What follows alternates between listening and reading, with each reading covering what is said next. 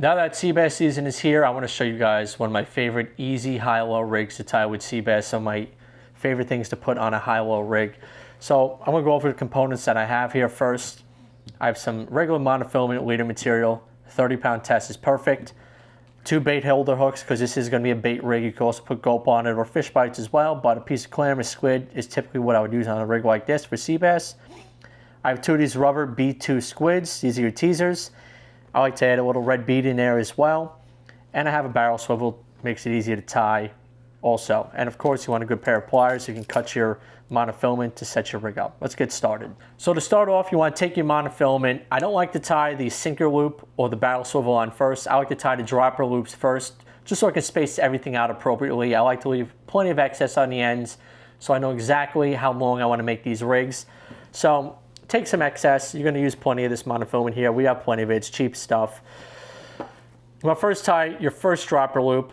So you don't have to make them a certain size, but that'll do just about there. They don't have to be too specific. So 1, 2, 3, 4, 5. Pull that through. Use your mouth. That's 1. You want to place the other one about that far away. It's about 1.5 feet right there. Same thing, repeat the process. Make it about the size of a softball, your initial loop. 1, 2, 3, 4, 5. Again, same thing. Pull it through. Use your mouth. So now we got 2 equal size loops, about 1.5 feet apart right there. We're going to take this end, cut that. This end is going to go with your barrel swivel. You take your barrel swivel. 1, 2, 3, 4, 5, 6.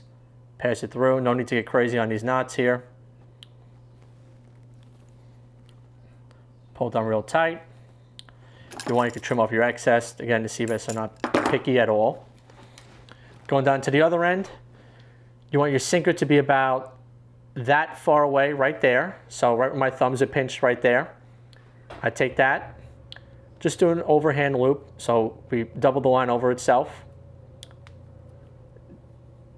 Pass that through. That's your overhand loop for your sinker. Your sinkers are going this loop right here. You do want to trim this excess off. So you have this excess right here. That gets trimmed off. So now your rig is tied. That's your rig right there, but we're going to put the hardware on now. Starting off on the bottom. First, you start off with the bead. You want to work with the bead first. That gets put on.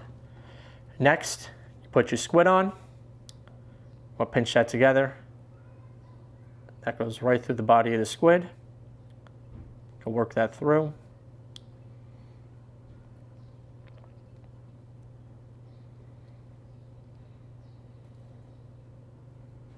Pull all the way on.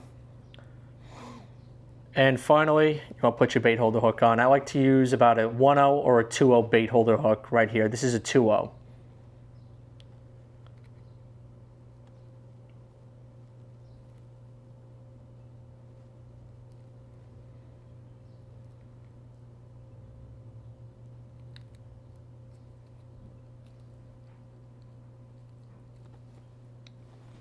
That's one end right there.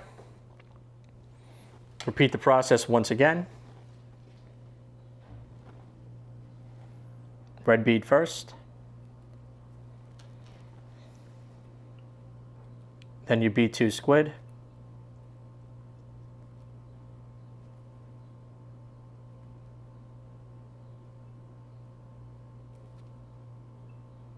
Pull that all the way on.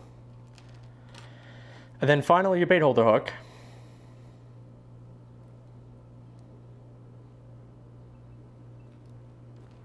Pull everything back down.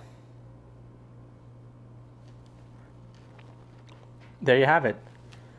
Sea bass rig all tied up, sinker loop at the bottom, 2 B2 squids with Baitholder hooks, and you have a barrel swivel at the end for easy tying on. That's how you tie a sea bass rig. For more than 20 years, anglers everywhere have come to know one thing, that nothing says no to fish bites.